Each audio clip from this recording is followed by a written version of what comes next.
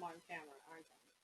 And look what I'm doing, checking my phone, like everybody else, right? Right? It is Thursday morning. And what a morning this is, y'all. And what a day this is turning out to be. I mean, I can't believe we're in this place. But here we are. Here we are. Hi. Hi, everybody. How are you all doing? So nice to be here. I have the TV on and CNN in the background because I think something's going to happen. Hey, everybody. Good morning. Thank you so much for joining me. This is Harriet Kimmick with Down to Earth, the show in which we talk about the issues that matter. And today being Thursday, June 25th of 2020 is quite remarkable because it seems to me that we are powering through June while we slow walk through May with the protests and with George Floyd and the coronavirus looked like it was appearing back. And now here we are. It's June 25th. We've had the Tulsa rally. That has happened. And now we're learning all kinds of interesting things. And now, just say, and now. So, how are you all doing? It's summer, but it doesn't feel like summer. And you and I know that there's nothing we love than kicking back and enjoying summer and going to the pool, going to the beach, hanging out by the poolside, going boating, sailing, yachting, and of course, traveling. How is that for summer this year? Not looking too hot, right? Not looking too hot. So we have a lot to cover. And first, I want to say that whilst I appreciate the officers and the Breonna Taylor case being charged, being fired, I still am waiting for charges. I don't know what it's going to take for the mayor of Kentucky to ensure, and the prosecutor, the county prosecutor, and the attorney general to make sure charges are filed. But CNN is also reporting that there's been an uptick in gun violence throughout the country.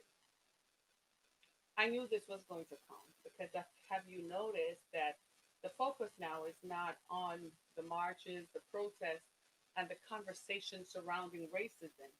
That it has shifted now to the coronavirus. That is not because the coronavirus wasn't always happening. That's because it's directed. That's something they want to do to shift the focus because they want you not to march. They want you not to raise the standard and to raise awareness of the issue of systemic racism. Of course, the news media is owned by whites who are in power, so they have the money, the influence, and the power.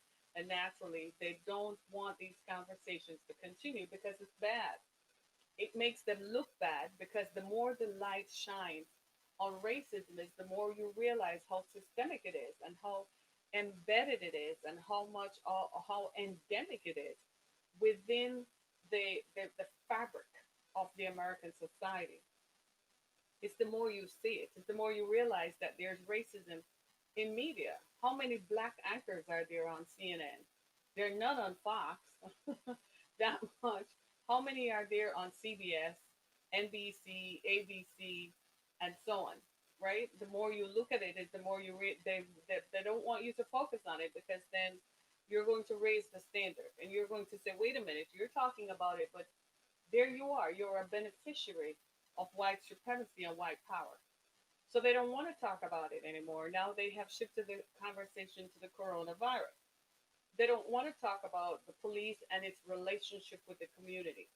The police doesn't want to be held accountable. The police wants to do what they want to do, but citizens are saying, we need you to be accountable for when things go wrong.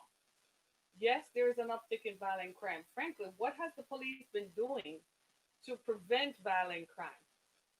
And what have they been doing to hold in violent crime? The police always existed, and violent crime always existed. Violence against women and children was still high. Gun violence was still high, long before people talked about defunding the police. Now, personally, I don't believe in defunding the police. I believe some of the funds that they have should be repatriated and redirected to include social programs. I do believe that there needs to be some sort of reform because why are the police responding to when you call and say my family member is crazy and acting out? I don't believe that that's the police's problem.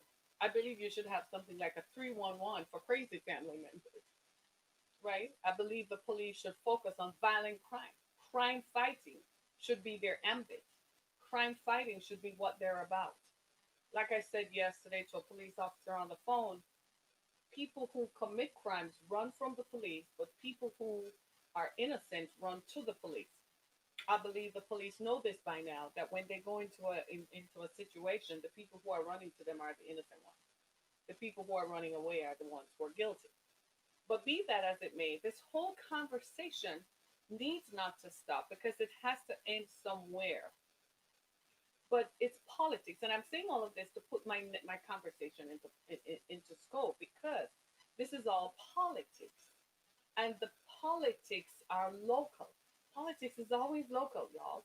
Politics is always defining everything else that we do. And the politics of change is such that they don't want the change because then that is going to remove their power. Now, think about it. If we continue to shine the light on racism, what do you think is going to happen? It's going to uproot it, isn't it? Yes. It's going to untool it and it is going to disempower those individuals who are currently at the pinnacle of power, holding on not because they're the best, not because they're the most knowledgeable, but simply because they're white and they're placed there by other whites to occupy a space that could be filled by someone more competent, more knowledgeable, more skilled, but who is black or brown. So they don't want us to focus on that. I have no issue with people taking down statues because statues are monuments to racism and the Confederacy and slavery. You've got to see where the people are coming from. If it is bad, why are you celebrating it? Why are you continuing to erect a statue to honor someone who killed millions of people? It's like if you go to Germany and they suddenly erected a statue to Hitler. Would you all like that? The rest of the world would tear Germany apart, right? Because what did Hitler do? He killed 6 million Jews. Well, it's the same thing here. They're saying I don't want to see a statue of some guy who was busy, who was a slave owner and who enforced slave, because we know that as a slave owner by now, we know what they did. I have no issues with that. I think we need to recognize that because what this is going to do going forward is it's going to hold people more accountable to what they're supposed to do. So you can't be out here in the public saying one thing, but behind doors you're trafficking in sex, you're trafficking in sex trafficking with children, you're selling guns, you're running guns and running drugs. You see what I mean? It's holding all public officials accountable. We've been talking about the conversation around Christopher Columbus has been taking place for a long, long time. This didn't just start. It's been taking place for a long time. That Christopher Columbus, credited with discovering the Americas, is a lie. There were already indigenous people living here. Indigenous, I don't know, that's a negative term. I shouldn't even say they're natives. They were the true people. They lived here long before anybody else got here. So to say Christopher Columbus, a white European, or some Viking guy, Thor is his name. Is that his name? Although I kind of like Thor, but anyway, the Viking dude whom they also Leaf, they say he discovered the Americas. That's also a lie. Why do you want to continue to take credit for something that had already happened? You see, and this is what people are saying. Why do you want to continue to affirm yourself and to promote yourselves as the discoverer of issues and events that are world changing that you had nothing to do with? And so, my friends, we find ourselves right now at this continued barrage of politics intersecting and intercepting everyday life. And right now, we're in the midst of a pandemic, and we're now experiencing the politics that crept its way into something as concerning as our health. It is our health that is at stake. You and I are not immune from the coronavirus. If we continue to place ourselves in exposure, then we're going to get it. Now, I'm going to minimize my contact with the public, where before on the lockdown, I would only go to the grocery store. And I would go there at specific times of day when it was less crowded. Now, I'm not going to go back out in public. I'm done now because the coronavirus is on the uptick in my state, in Michigan. a state that had flattened the curve, but the governor, who had done such a tremendous job of flattening the curve, she was strident, she was in front of this, and she was fully convinced that as governor, this was something she should do. I really admire her because she took a lot of flack and a lot of heat for a young politician who really had no skin in the game except she just wanted to make sure that this didn't happen in her state. She kind of just took us all up and said, well, this is what Michigan is about. And they nearly killed her. They marched on Lansing. They went into the Capitol with guns and swastikas and Confederate flags and a noose when a black lieutenant governor is sitting in office. I kid you not, because they wanted the right to go get a haircut. They wanted the right to go get a coffee. And now the coronavirus cases are on the uptick. They sued her because they want to reopen the states. I did warn you all that this was going to happen. I said we needed one more month to clear it. Just one more month would have cleared it. We would have completely flattened the curve and gotten everything under control. No, you could wait. And now, you know what they're banking on? They're banking on herd immunity. You know what herd immunity is? Herd immunity is when everybody has been exposed to it, then you are less susceptible. Here's the problem with that. That takes years and a long, long time to develop. That means all of us would have to be exposed to the virus. That takes a long, long time. So now politicians are now saying they're not going to reopen, they're not going to shut down states. So you still value the economy and value money over everything else. I personally feel that the federal government, who mishandled and bungled this, owes businesses who have gone bankrupt as a result. They owe these businesses a bailout. I think every business that has had to file for bankruptcy or had to shut their doors, the federal government should repay them and give them their money to restart their business. Why? Because it was the federal government who bungled this call. The scientists told us all. They went in front of the cameras and told the entire American public this is a virus, this is coming, get ready. The politicians sat down and said, no, it's a hoax, it's a democratic thing. They don't want them to be re-elected, and don't pay it any mind. It's not serious. It will go away. This was by this time. This thing was already tearing up Washington, California, and was in New York. Are you listening to me? And now, here we are. So now, Secret Service, some members of the Secret Service have to be quarantined as a result of exposure, as a result of attending the rally in Tulsa. The very thing that everybody said, the scientists said, don't do it. It's going to cause a problem. No, I'm going to do it anyway because I am the big guy, so I can do what I want to do. I know you've exposed how many other people. So all those people, the two civil service, Secret Service members, agents who checked positive for the virus, their family members and their community. So they went back home. They went shopping. They went about the business of their lives. Everybody has now to be quarantined, plus their coworkers. This is crazy. This is that intersection of politics and the coronavirus that is killing us all. Do you know a couple of days ago, Florida hit 4,000, 5,000 cases in one day? It's crazy, isn't it? It's simply crazy. That's the intersection of politics and the coronavirus.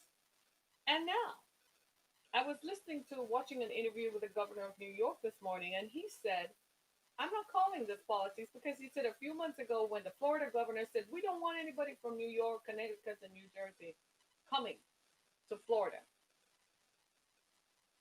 Now the situation is reversed. They're like, well, we're not going to stop you at the border because constitutionally you are allowed to travel freely within the country from one state to the other.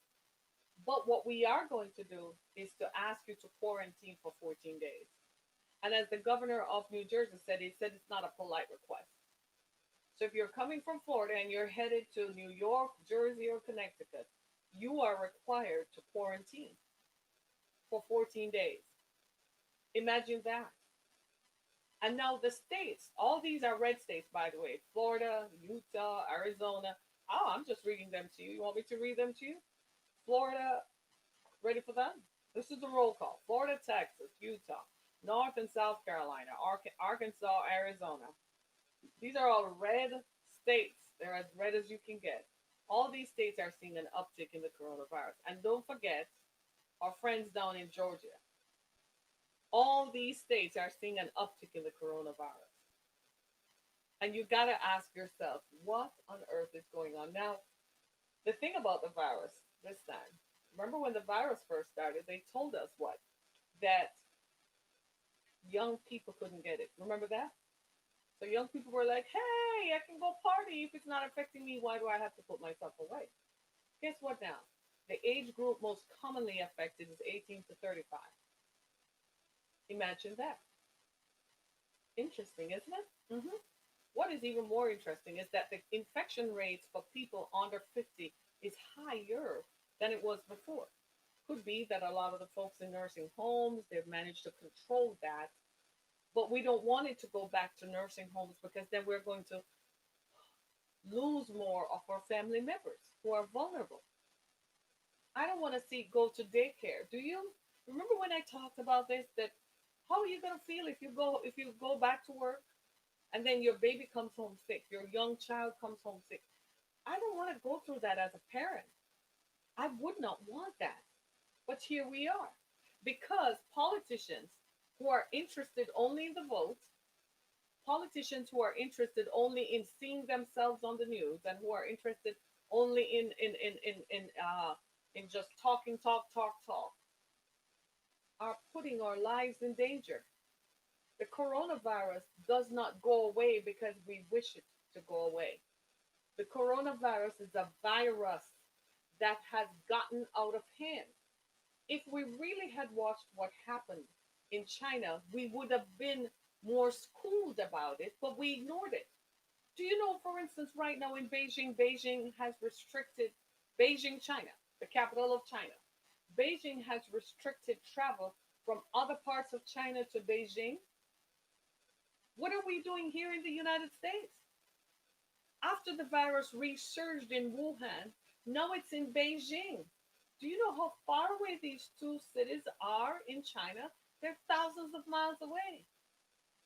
But here we are.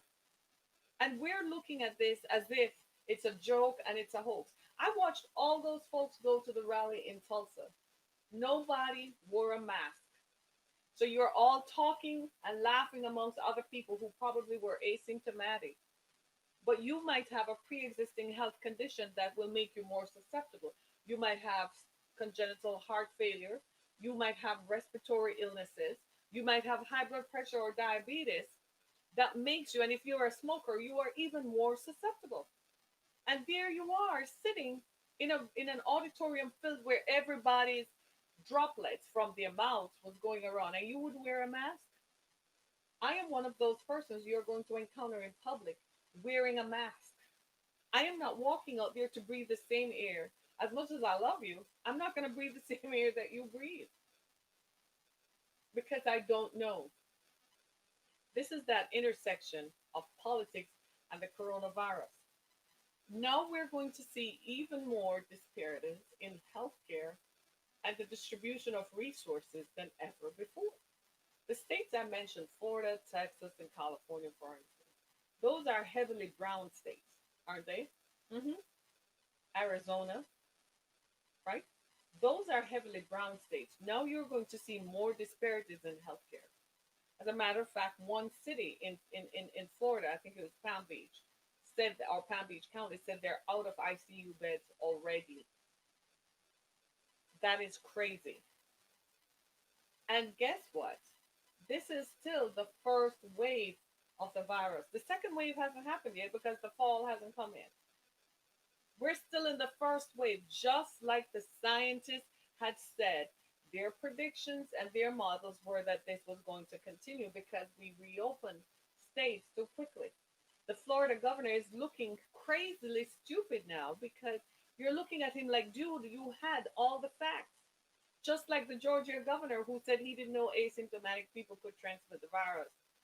And now that's all that's going on because 18 to 35-year-olds may not display the symptoms, but they're transmitting it to others who are more susceptible. People who smoke. And we know young people smoke, they vape a lot, right? They go get high on their weed or whatever they smoke, whatever their drug of choice is. That they may not say it on national TV, but I can say it. And they go and get themselves stoked up. So they're more susceptible. Are you listening? They're more susceptible. And they're still doing it. Remember after Memorial Day, they showed the picture of what happened in the Ozarks. We reopened states too early. I said it at the time. We could have waited until June. It would have worked out. But no, we were in this mad rush. The federal government needed to provide more protections to small businesses and businesses. They needed to make it easier for people to access, for companies, small businesses to access the loans. Instead, they're giving it out to big companies. One of the companies they gave it out to is an airline. Listen to this, who does deportation flights. So when they round up people, right, and they are going to deport them back to their home country, that airline got $67 million in CARES funding. Meanwhile, mom and pop shops that you and I patronize and like to go to for baked goods, or whether they just had some soda pop, or maybe we just like the people in there, or we just liked how their food tasted, they bellied up. But an airline that does deportation, that never went out of business under coronavirus, got $67 million in funding. IHOP and other major restaurant chains who don't need the money were the ones who were successful at getting business loans. It's shameful. That's the intersection of politics and the coronavirus. Because now all these small companies find themselves in a vortex where they can't go any further, and they're done. And they worked for themselves, so they can't file for unemployment. They're done. All their hard work, all their savings, their bank loans are still due, by the way. So they have to go file bankruptcy. Do you see what I'm saying? And talk about it in the sense, talk about that, while you're having these conversations, just check this out. The three most populous states in the country are who? Texas, Florida, and California. But that's where the virus is on an uptick. What do you think is going to happen? The fallout from the Tulsa rally is going to be huge. You know that. I guarantee you, today is Thursday. That rally happened Saturday night. I guarantee you that there are going to be so many more tests as a result of that. It's going to be unbelievable. You don't believe me? Check the numbers out later on. And still, they're going to have another rally. I think it's in Arizona, I think. It's crazy. The Dems are going to have their convention in Milwaukee, but they say it's going to be devoid of people. They're not going to have delegates in. They want delegates to stay home. They can vote from home. Be responsible. It seems to me that politics is now irresponsible. That politics is showing a level of indifference to the suffering and the tragedy of the American people. Right now, we're in a bind. Do you know our nearest uh, partner is Canada? Canada is continuing to close their border until July 21st. That's more than a month away. Canada is going to close their border with us until July 21st because they say they want us to be safe and they want Canadians to be safe. And now, of all the things that could happen, America, after World War II, went and liberated Europe. Americans fought and liberated Europe. Guess what? The European Union is now saying that they are thinking of banning Americans from traveling to Europe because we haven't had a handle on coronavirus cases. Of all the things I could have heard about, that one took me totally by surprise. Now, after World War II, America went and liberated Europe. And under the Marshall Plan, have you heard of it? America provided funds to European economies to be revived. America gave these folks money, y'all. It gave England money, gave money to France and Italy to rebuild. And a century later, they're telling Americans that you can't come over? That's politics. Imagine that. No, If we could have rewind, and go back to World War II, we would have left them suckers over in Europe and say, you know what? You created Hitler, deal with it, because he ain't coming over here.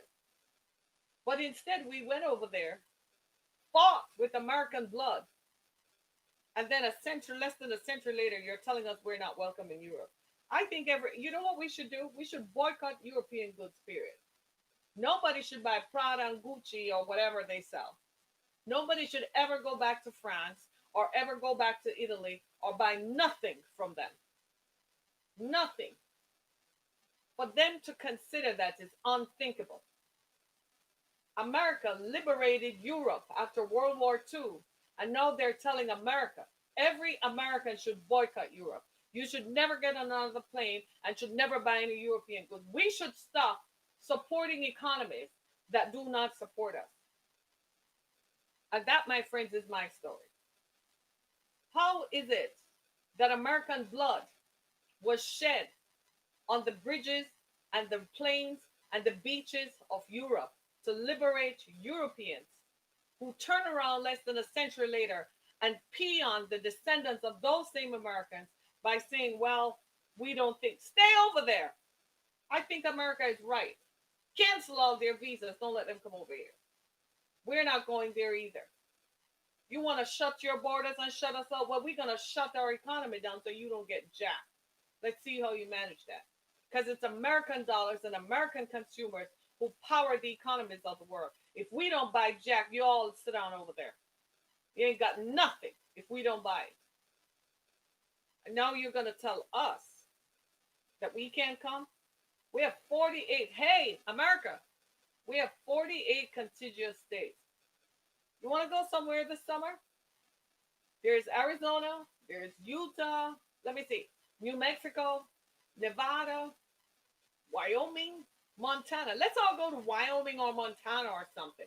Let's go to Nebraska and North and South Dakota and Iowa and Idaho. Let's go up to the Catskills in New York.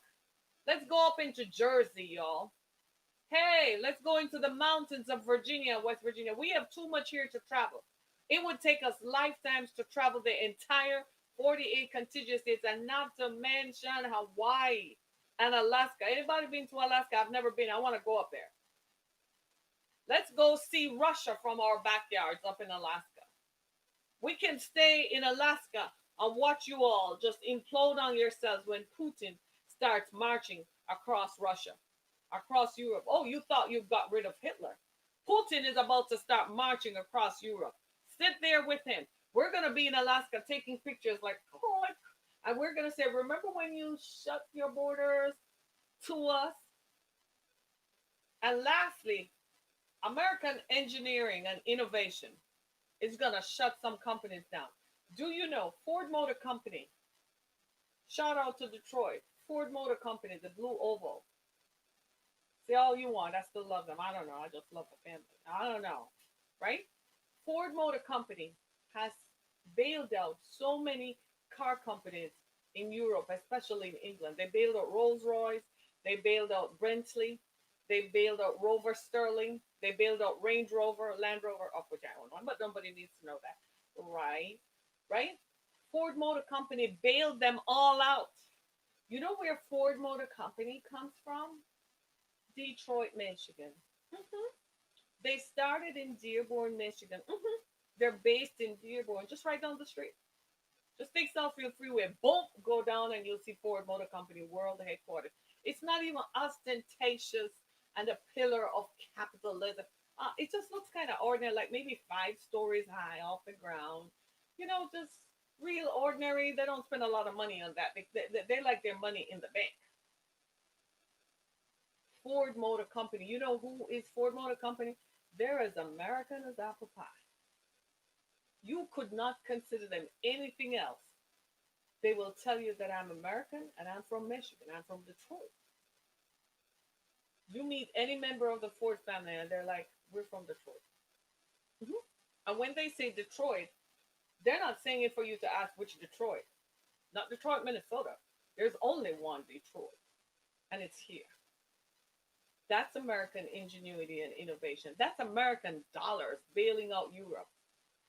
And now You're going to shut your borders. You should keep them shut and watch Putin. Because Putin ain't coming over here.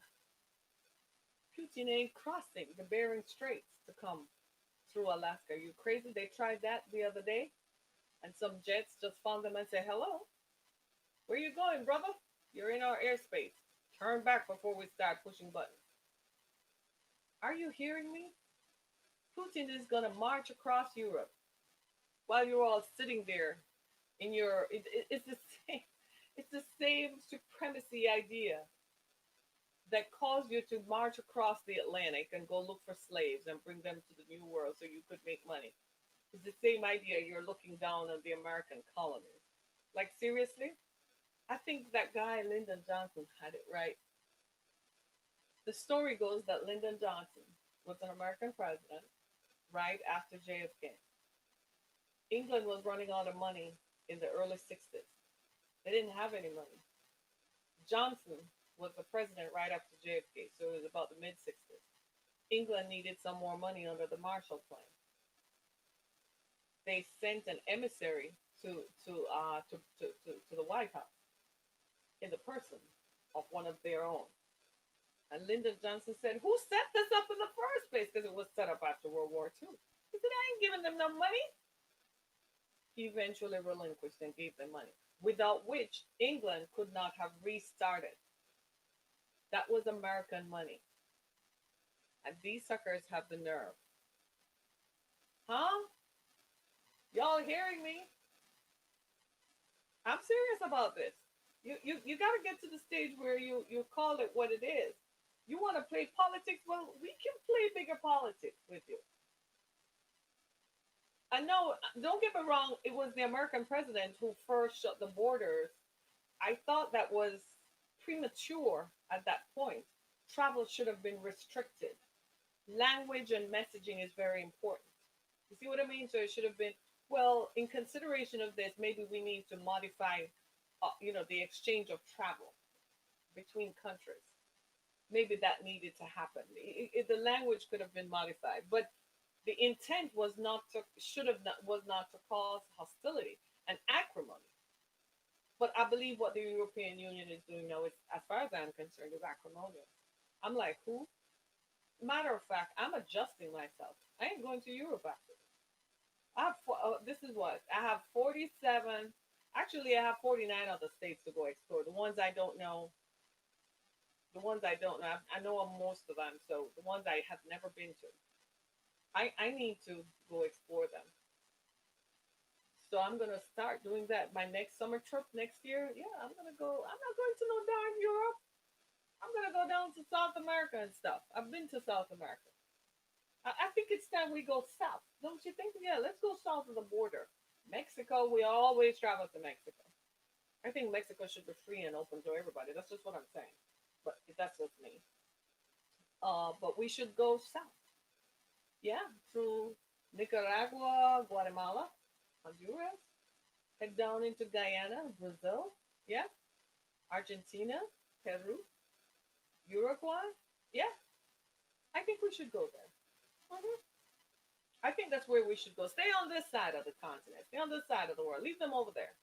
Let Europe, when Putin starts marching through Europe, let them deal with that. Trump was closing the base in Germany. You know what that would do? That would destabilize Europe. You realize that? That's that intersection. So the coronavirus created this disconnect in people's minds that people start forgetting where your help comes from. People start forgetting who got your back and who is by your side and who has been by your side all these years. So what if we had a guy in there for 4 years who didn't understand the politics? So what? You're gonna judge the history of our relationship by one guy who is on his way out? He's not gonna make it. This was a mistake they made. They were in some kind of hegemony where they felt like this guy was going to be their white hope because they were so tribal in their politics. But the bigger picture is that America has always defended the rest of you all. We've always come to your defense. We've always come to bail you all out. We've always been there as your supplier, as your provider. We provided safety, security, and finances when you needed it. So you're gonna knock all Americans based on one man? Are you serious? Then what you're gonna find is that the rest of us are gonna stand up. It's not that we really like the guy. We're just gonna stand there and say, "Oh, so that's what you've always thought. You've always been jealous of our position. So now you think you can take over. We should have left your ass under Nazis and let you flounder." So you know what's gonna happen the next time when Putin and the next dictator rises up? What are we gonna do? We're gonna leave you all to figure it out and say, you know what? America is for Americans first. Because this is crazy. This is just crazy, right? I only have a few more minutes, so I want to delve into this. So, when you look at this, the fact that dozens of Secret Service agents are now manifesting, that's going to continue to happen, right? Some people are saying that the virus, by after July 4th, which is next week, we might be seeing apocalyptic cases, surges. So it's going to be pretty intense for a minute there. I want us all to bear in mind too that this happened because we didn't manage the virus well. The outbreak, before it even got here, we should have had controls implemented. And to this day, even in spite of the facts, you're seeing the facts, people are still in denial and won't wear a mask. I don't understand that. I don't want to breathe your air. I found myself, I went to the mall yesterday, and I went to the mall because it's part of my self care regimen. I haven't been to the mall in 3 months, and it was the anniversary of my mother's death yesterday. So I went to the mall to make me feel better, right? I can't go to Canada, can't go anywhere. And I was amazed at the number of people walking around without a mask. It shook me. It shook me. I was like, seriously? I have my mask on. And I encourage you all to do so. Wear a mask. You're breathing in the air of people who are asymptomatic. And so I wore a mask and I didn't joke about it. I just put on a mask and got out of there. When I came home, I stripped my clothes off, threw them down the chute, and put them in the laundry because, oh no, right? And so when you look at these, then I was reading something that says Ali Nouri, he is a microbiologist and he's president of the American Federation of Scientists. And he said, check this out. He says, do not use public restrooms. How many of us hate public restrooms? Let me just raise your hand.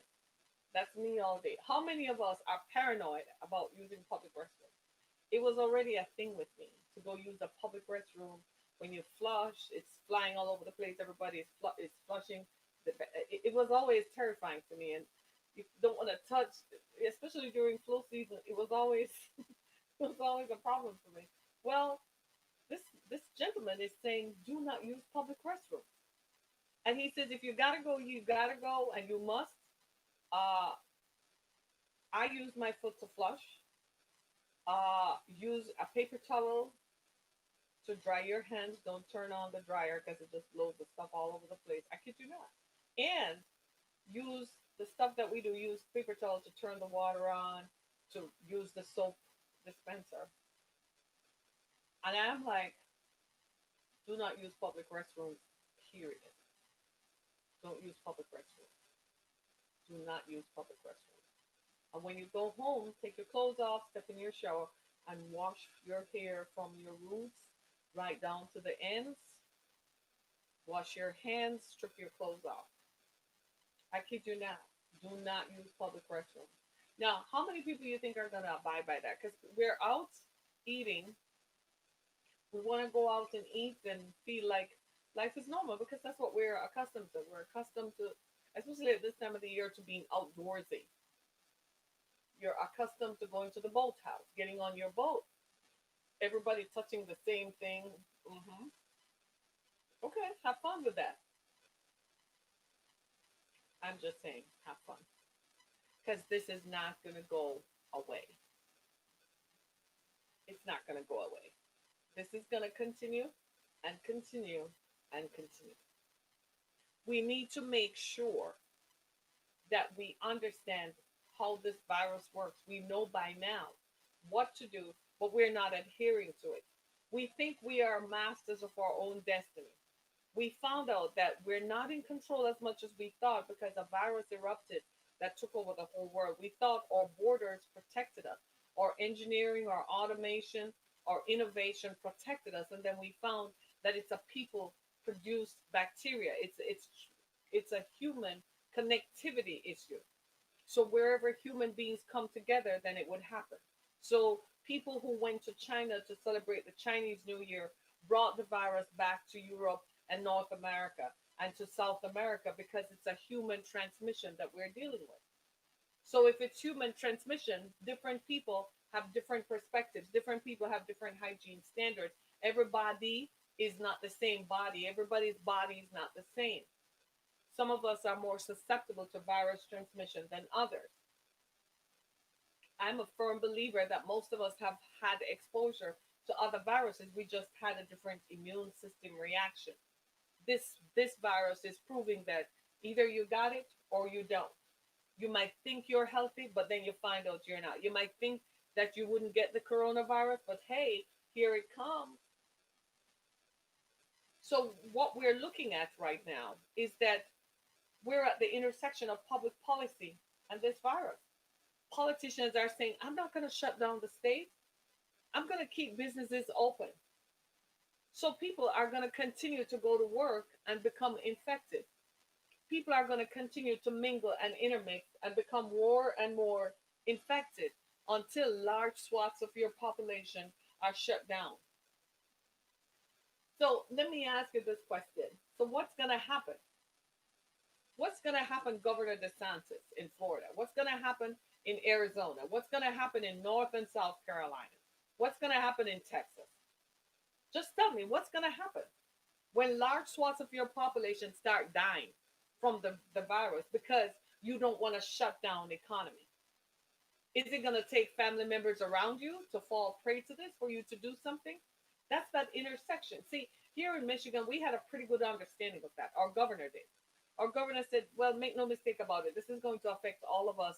Let's just do this and do the hard work now so we can survive later. She did. They nearly killed her. They threatened her. They gave her death threats. They showed up at her house with guns, stood outside her living room windows with guns pointed inside while her children and husband are inside. So the President public just said, you know what, it's not worth it. You're not a revolutionary. We don't want to lose our life. Give it to them. Let them have their way. And what happened? Now there's an uptick in cases because everybody went and mingled and marched on Lansing because you're liberators. What you liberating from? She doesn't have the right. Well, no, she did. You thought she didn't have the right. Okay, well, she let you see who has the right. Now go deal with the coronavirus. That's intersection of politics. At least in that case, that came out well. But what about in Florida and Texas? I'm really concerned about those states. There are lots of people living there who are black and brown. The inequities and disparities in healthcare alone is challenging enough and it's going to prove to be the barrier and that equidistancing that's going to produce the record levels of hospitalizations that are already occurring. If more people are hospitalized, what it is telling us is that you are not in control as much as you think. That means people are really sick, and eventually your healthcare system is going to be overwhelmed. You only have so many beds available for infection for ICU. It's one of those things that the coronavirus showed us. There are only 100,000 ICU beds in America. I know we're arrogant enough to say, well, we don't really get sick, blah, blah, blah, but you never really thought that a large scale thing like this could have happened. What if something had happened one day? You only have 100,000 ICU beds in the entire country of 363 million people. That was always a formula for disaster. Now, the arrogance of the EU to think that they can shut the borders to their liberators is remarkable. It's remarkable. Again, they're playing politics. And I think as Americans, we should reconsider some of the agreements we have with them. I personally am not going to buy anything from France anytime. I used to use L'Oreal uh, makeup and L'Oreal face moisturizer. I'm not going to buy that crap anymore. For what? Because you dared to play politics with your liberator, right? All these folks, all these politicians are grandstanding. Nobody is thinking about the people involved. There is an intersection of politics, people, and health. That's what we're seeing played out. Our economy. We've made the economy central, but the economy was never central. The people were essential. The people are who makes the money and who make the mayor go round and round. It was never the money. It's the people. If the people don't get up and go to work, if they don't take their money that they're paid to go shopping, nothing goes round and round. All this time, it has been centered on Wall Street and the technocrats in Wall Street, the autocrats in Wall Street. Yes, I said it, the meritocrats in Wall Street. America is fast becoming a meritocracy based on how much money you have as opposed to the focus being on people. Do you see how that played out? Yeah, you wanted the stock market points to go up. And guess what? More people got sick. But there is an indifference from politicians when it comes to massive numbers of people being sick. That's our intersection. That's where we find ourselves right now. As a republic, we now have to figure out what is more important to us. Is it our people or is it our money? We have the ability to do both. We just choose to focus only on our money. No, if you focus on the people, then all things will come because the people will become loyal and the people will strive to maintain their position and maintain their society as they see. This intersection is something that we're going to see played out in the next few weeks. And I'm afraid it's not going to end well. The numbers are going to go up, and it's going to look as if we as Americans do not even care about our own people. How are we going to convince the rest of the world that we care about the people living in your border when our own people were subject to public policy from politicians that made them sicker? Interesting times, isn't it? Yeah, my name is Harriet Kimmick. Thank you for listening to me this morning. Go to my website, harrietkimmick.com. Make sure you follow me on Twitter, Facebook. I ain't seen you all on Twitter. Follow me on Twitter, Facebook, and of course, I'm on Instagram as Harriet Kimmick. My podcasts are available on Spotify, iHeartRadio, as well as Apple, Google Podcasts. Wherever there's a podcast platform, you can hear Down to Earth with Harriet Kimmick. I just want to tell you thank you so much this morning. Thanks, everybody, for being with me. Let's continue to hold each other up. We still have a number of issues that we're dealing with all at the same time. It's just coming up all at the same time. We can do this. We're strong. We can do this. Thanks so much, everybody. Be blessed. I keep thinking today is Friday, but it's not yet. Wow. Thanks,